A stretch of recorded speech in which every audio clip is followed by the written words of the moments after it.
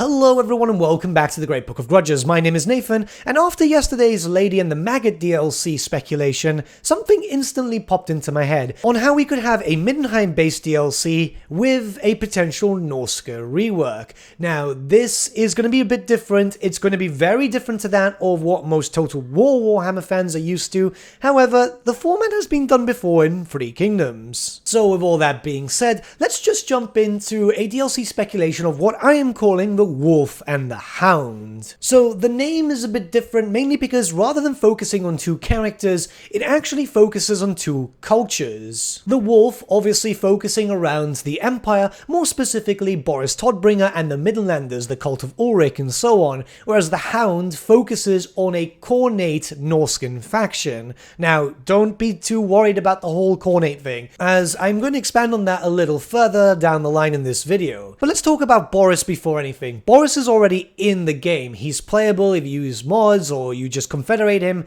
and it doesn't make too much sense to have a DLC centered around him, that's true.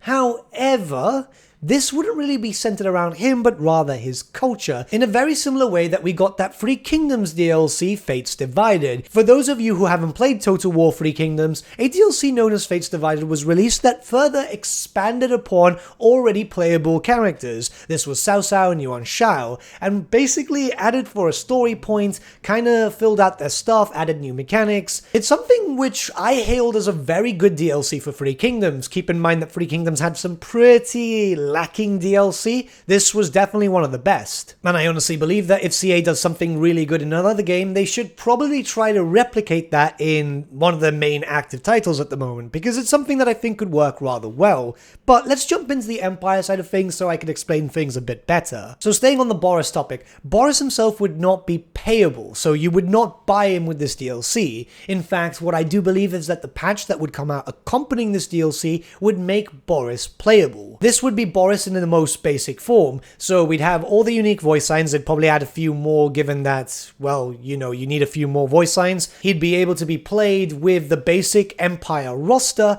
and also have access to some quests and all that, just to make sure that he's on par with a legendary lord in the most basic sense. His own unique faction traits, lord traits, all that, just updated to Warhammer 3 standard and just there. This means that nobody's paying for him, but if you want to start a campaign off as Boris, you are perfectly fine even if you don't buy the DLC, and you won't need a mod to get him. Plus, you'll also get the quality of life changes like proper quests and all that. I believe something like this would make people happy, mainly because, well, you know, he's already been in game. He's been in game since the Call of the Beastmen, so paying for him in any way, shape or form would be, well, pretty annoying at the very least. However, purchasing the DLC would then expand on Boris's faction, where Middenheim would get some unique units, a legendary hero, some certain other things to make Middenheim feel like Middenheim that we know from, for example, the Storm of Chaos. So the DLC is centered around him, but you don't have to pay to actually use him. So let's just jump into the paid for section for the Empire. So instead, the paid for character would be the High Priest Ulrich Emil Valgir.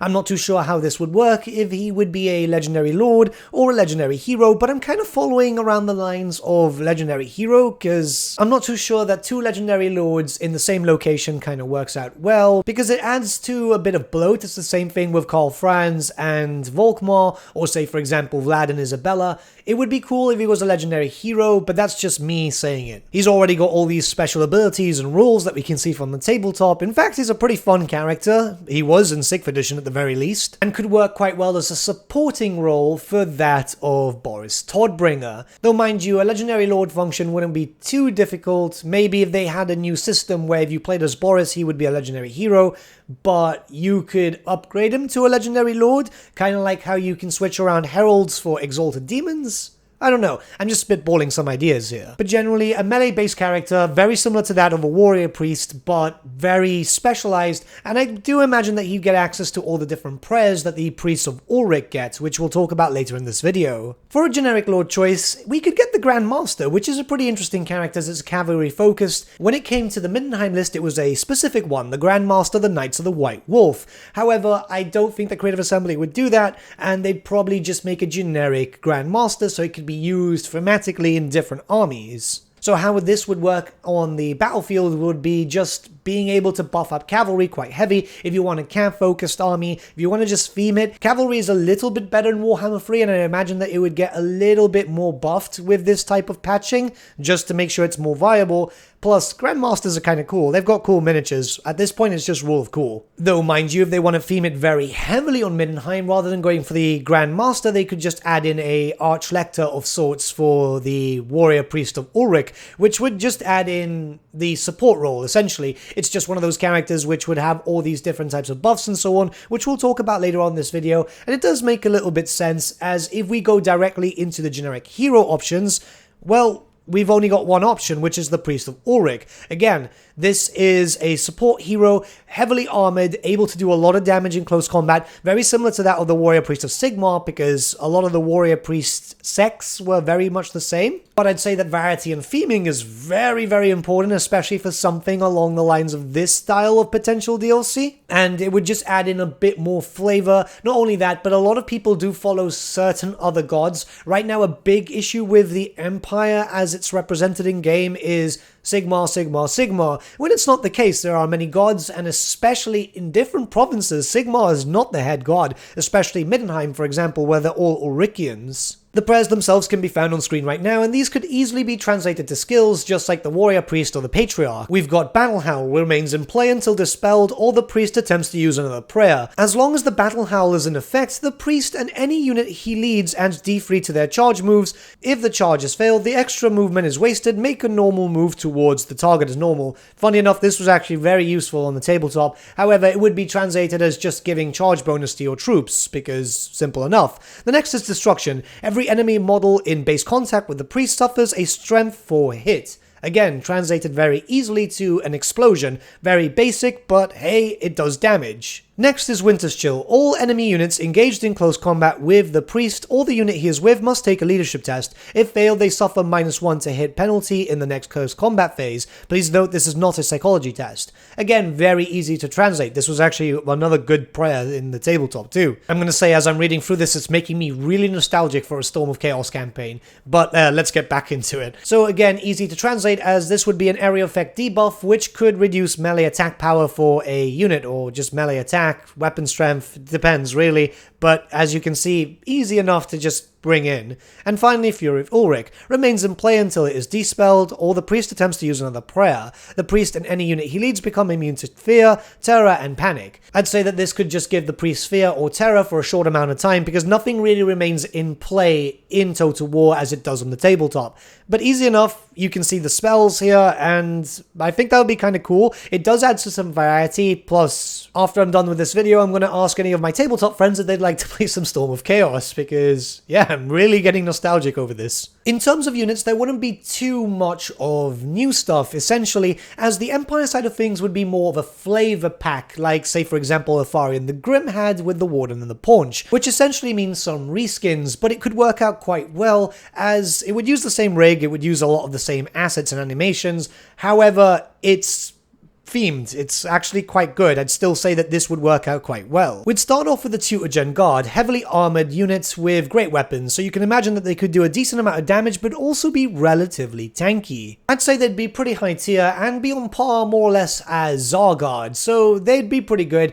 They look cool, they've got unique models and all that. That model itself would be shared with quite a few things coming in this pack, well, prospective pack, but it's a unit that a lot of people do want because, well, they were kind of cool. They were a pain to get sorted on the tabletop, but they were cool. Next, we'd have Warriors of Ulric. Now, these were a kit bash unit, meaning that they never had an official model. Instead, what you did is you got pieces of different models and made your own. It was something that was very prominent back in the day, and it could be done in a very similar sense. They would be using a lot of the same assets as, say, the basic state troops, but with some extra things just to give them a few different animations, make them a bit beefier, also make them a little bit more Ulrician than Sigmarites, and they'd have 3 different unit options, and weapons and shield. You'd also be able to use them with great weapons, and finally with additional hand weapons to give you an anti-infantry unit. Again, this is what I said in regards to the whole Elfari and the Grimm's Mistwalker or Mistcaller units. I can't remember what they were called now, but you can see the similarities. It would be pretty much the same. There'd be a new variant, but essentially they would fulfill the same purposes. Next are Hunting Hounds. Now, Hunting Hounds were actually fairly popular when it came to this list, and yeah, I mean, it's one of those things that they aren't needed. Let's be honest, dog units kind of suck in the Total War series. However, you know, Creative Assembly loves to reuse those assets a lot. How many dogs do we have in the Total War series so far? And they're just reusing the same basic assets. So it'll be a relatively cheap unit for Creative Assembly to make, plus everyone gets the Hunting Hounds they wanted. Again, they'd just be used like any other dog unit, so fast moving, kind of weak, but they're good for hunting war machines, and I mean, it fits with the theme. This is a faction which is very heavily focused on wolves, so yeah, wolves. So then we've got the Wolfkin, which are essentially the flagellants of the Cult of Ulric, and I would say that these are kind of not needed, though it would be nice to have a, well, unbreakable unit for them. Again, not 100% needed. They have the same options as them, maybe additional hand weapons too, because they could have that on the tabletop. I would just say out of everything, these aren't really essential, unless they use a few Norscan type of assets and make it a bit more, you know, more feral in a sense, make them more wolf style. The thing is with Ulrich is they have a lot of more northern feel more than anything else. And then finally we have the Knights of the White Wolf, which are heavy cavalry with great weapons. I mean, what's not to love? They were very popular on the tabletop because great weapons were just fantastic, and, well, they have to be added in. It's not ifs or buts. I mean, if we're going to get an Ulrich Film DLC, then if they don't get added in, people are going to get mad, so yeah.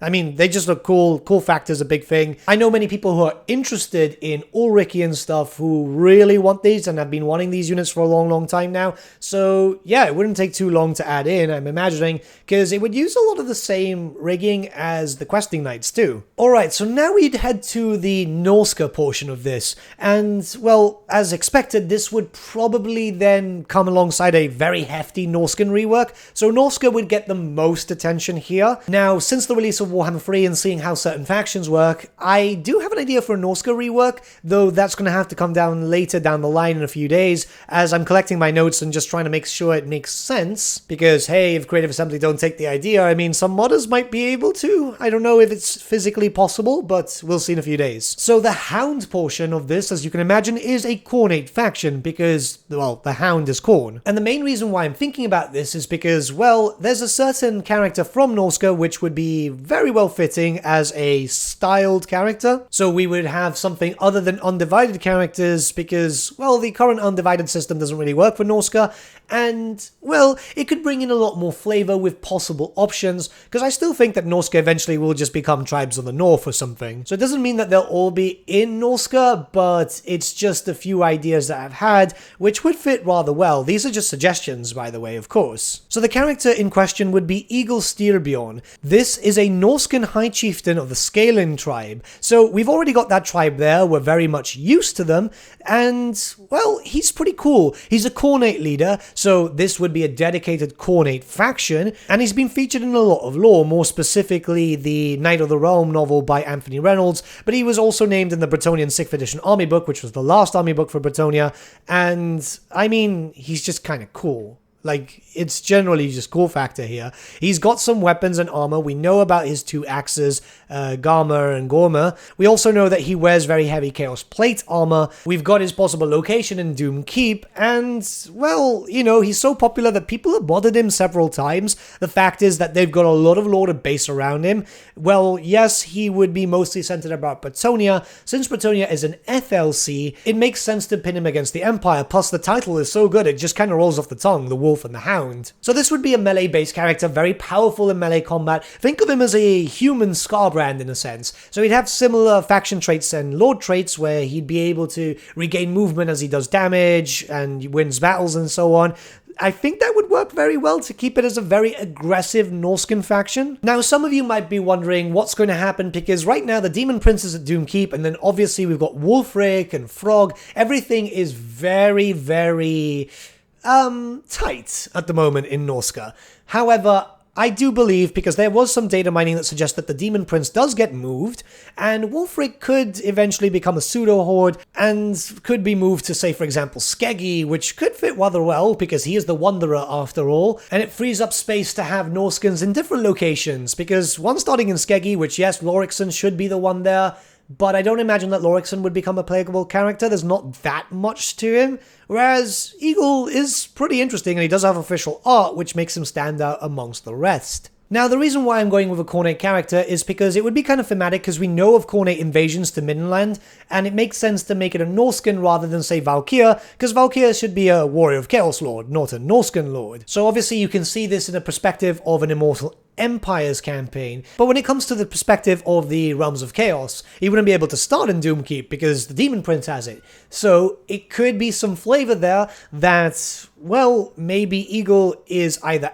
allied, or he wants to take back Doomkeep. So yes, he still wants to invade Middenland, but he knows that the Demon Prince is there, and the Demon Prince might be causing some issues. It might give you some more incentive to fight other factions too. You could totally ignore it and let the Demon Prince do his own thing, or you could just go and attack him and then deal with Boris Toddbringer. It's just kinda a bit of a theme there. And since this would be a dedicated Khornate faction, then they would have access to either being able to summon in some Bloodletters, or just having access to some Chaos Warriors of Khorne as a final tier unit. This is kind of to bridge the gap between Norsca and the Warriors of Chaos, or Norsca and the Demons of Chaos, because, well, Norsca in Total War Warhammer represented to be just another Chaos faction, so a little bit of a bridge does work out quite well, but obviously there would be some unique units being added in too. So first up, we'd get a Thamir generic Lord choice. This is so we could have a Thamir character, most likely a Matriarch, because those are the ones that kind of rule in the lore.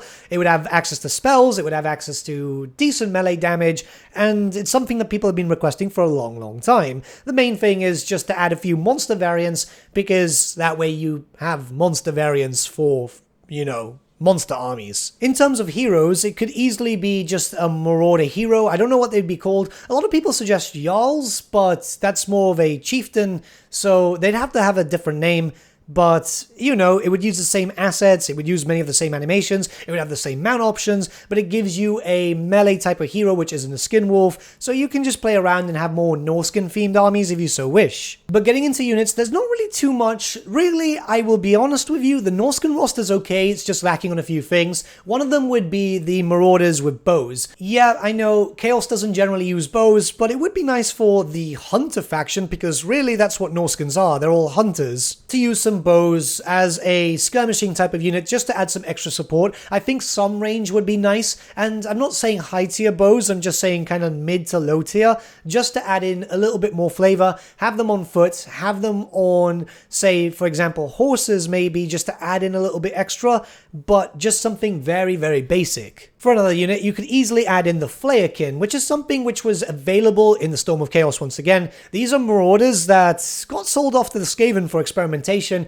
and yeah, they're not really human anymore. Well, they are human, but mentally they are anything but human, more animal in that case, or deranged animal, better yet said. It would add in an unbreakable anti-infantry unit, which is upfront and personal. It's just something to have as a anti-infantry, and it would just be kind of cool. I'd love to see how Creative Assembly could animate these things, because even the model wasn't official, this was another kit bash. And then finally the Cursed Etin, which is a very impressive unit from the Monstrous Arcanum. Like, wow, this is the first time I've had to open up this book in a long time. But what this is essentially a monstrous creature with two heads. Each of the heads are sentient, vying for control but struggling heavily. Now, the thing is that these monsters were very special because they were very unique, mainly because you could upgrade them, as you can see with the rules on screen, which made them very different from one another. And I thought that was always kind of special because you could essentially have the same model but field it differently so many different times. Obviously that wouldn't be the case here, but I imagine that it would be just 4 different types of variants. Melee focused monster, which is very heavily up front. Another one would be a spellcaster with possibly Lore of Fire, Lore of Death. Those are the ones most common with Norsk at the moment, though you could get some other lores with this creature. And in all fairness, the remaining 2 were just pretty much damage focused, but you can see the variance here. We don't have to have 4, we could easily have 3, and yeah, I mean, it's just impressive. This is a creature which I find very heavily requested, and it would add a bit more to Norsca with the whole monster slash kind of looking human thing. It's the whole we fought monsters, we became them. Yes, that's not how Etins are created, but it kind of makes you feel a bit more... they're almost human-like, you know? Honestly, there could be a few more other units, but they're not coming to mind at the moment because Norsk itself never had an army book, so they kind of had to make it up as they go along. Who knows, maybe Games Workshop did the whole thing like they did with Kislev and Grand Cafe, and they've got some secret Norscan army book hidden somewhere, which would be kind of nice in all honesty. I'd love to see a Norscan faction on the tabletop too. So obviously, that's not a lot, and I understand that some people might be saying that, but keep in mind that this would also accompany with a very hefty rework for Norsca, because let's be honest, Norsca will desperately need a very heavy rework, and I don't know exactly when a DLC like this would potentially come out. Keep in mind that obviously this is speculation, but we are expecting Norsca getting reworked eventually. But with all that being said, let's talk about the possible FLC. I imagine that when we get a Norsca DLC in the future, it would be around the same time or a little bit after the Immortal Empires gets released, which would make me think that maybe we'd get Marius Leitdorf as a FLC character only available in the Immortal Empires. This means that it kind of works like Draika when the Twist in the Twilight got released, so you'll need to own this DLC and Game 1, Game 2, and Game 3 to be able to get it, which... yeah, I know, doesn't sound great, but that's how they did it with Draika, and I think it would work out quite well, because, well, first up, Averland isn't in the Realm of Chaos campaign. Also, Averland doesn't really have unique units, only... well, Marius. Yeah, Marius, which has a unique model and all that, so you can add him in, and I really want Marius. They could just make him insane like Luther Harkin, and then you're pretty much golden. So adding him through that as the Steam FLC would work out really, really well. Plus, I'll be honest with you, I'm trying to find ways on they can justify Marius, because I like the character, I think he's super cool, I have an Averland army on the tabletop, and it would just be nice to be able to have him in-game. Now, how it would work is that we do get a lot more DLC when these reworks come into effect. It's mostly released through Total War Access, which Creative Assembly do to try get people to sign up to Total War Access. I'm not too sure why that's done, but hey. So there could be a number of different things. First up, we could get a unit for the Empire, the Celestial Hurricanum. A lot of people were asking me why it wasn't in the previous speculation video, and it's mainly because it just didn't fit the theme. Now, this doesn't fit the theme either, but it's an FLC. You know, it's not really attached to the DLC, and... yeah, it's something that could still kind of work, mainly because Elseth versus Tamacon would mostly be focused around death magic, so this at least is more magic agnostic. I guess that's a good way to explain it? I don't know. But clearly, a unit like that would make a lot of people sign up to Total War Access, so... why not? Just get it done. I mean, they've already got a lot of assets in-game that can link to that, so I don't imagine it would take too long to create it. The next thing has never been done before, but it's not out of the realm of possibility, which is a legendary lord through Total War Access. Many people would be thinking about loads of other characters, like say for example Moltkin, Valnir the Reaper and all that, and I understand, but I think that they could be great Norscan DLC in the future if we ever get like character packs and so on. But what about someone completely different, but we are familiar with him? I'm suggesting a unique legendary lord created from Sulfur Ek. So, this is the Chariot Lord, the meme lord, essentially. Many people know him because of Warhammer 1, where, yeah, he caused a lot of problems. He does have a unique mount. He could just be given a unique model, some voice lines, and there you go. Obviously with some unique mechanics too, but the idea is, if they want people to sign up to Total War Access, I think the meme character would probably do that. I've seen many people post about him on the forums that they'd like him to become a legendary lord, and it could work out. Creative Assembly have done some decent work with, say, for example, Diafin. Daniel's kind of cool too, but why not just go full meme? Why not embrace Warhammer's memery? Because believe it or not, Warhammer Fantasy has so much stupid memes in it, which would work really well for Sulfur Ek. Make him a chariot-based character, unlocking chariots kind of early, give him stupid bonuses for chariot units, and then, you know, just reskin a few units to have a few more chariot choices, and there you go. Just have the complete meme. In most cases, I focus around the whole, it needs to be lore-friendly and so on, but I think the character is just universally liked and admired in a sense, so why not? I don't think people would be against him being turned into a proper legendary lord. At this point, I'm saying, Creative Assembly, have some fun with a meme that you created that you could turn into not only a way to get people into Total War Access, but you could just have a lot of fun with creating something completely unique, and I don't think Games Workshop would be totally opposed to it, because this makes them look good in a positive light too. Plus, I think this would work quite well, because you would get a serious theme with the Wolf and the Hound, Ulrich versus Khorne, and then you'd get a jokey FLC with Marius for the Empire, and a meme for the Norskans, which means that you just get more variety for 2 different races instead of just one, which normally gets just the extra lord. Obviously, this doesn't fix all the issues with Norsca in general, but I've got an idea for a Norsca rework video, which is probably going to be one of the largest that I've ever released, because it's taking into account a lot of stuff that's coming through Warhammer 3, what we learned from the lifespan of Warhammer 2, and so on. But hey, this, I think, would be a kind of cool thematic DLC FLC combo. Let me know what you guys think in the comments below, though, as I'm rather curious to see what you guys think. Obviously, it's the case of Norsca's not in a great place, we want to see it better, and we want the Ulrichian units too, so kind of 2 birds with 1 stone? But with that, my friends, we've come to the end of our video. Thank you so much for watching. If you did enjoy the video, might I suggest giving the video a like, or even subscribing to the channel, as it really does help us out. In the description section below are various links to different social media platforms such as Facebook, Instagram, and Discord. Also in the description section is an affiliate link with Element Games where you could buy loads of hobby-based products, not just Warhammer, for 10 to 25% off. Making a purchase using that link and also our special code, which is also in the description, supports the channel at no extra cost to you, which we think is rather cool. A big thank you to our patrons. Your support means the world to us. It's amazing that people want to help a small channel like us grow and get to a higher level of content. A big thank you to Gibraltar LUSC, Ryan Bertsche, Andrew Prince, and Okro for subscribing to us at our Fane level. You guys are super cool. And a big thank you to Edward Yule, VS Vasan, Aaron Whitman, and Shaggy for subscribing to us at our King level. Honestly, we can't thank you all enough. And lastly, a big thank you to all of you for liking, sharing, and commenting on these videos. Honestly, it's because of you guys that the channel's been growing at such a great pace lately, so we can't thank you all enough. But with that, my friends, thank you so much for watching once again, and we shall see you all again very, very soon. Have a good day.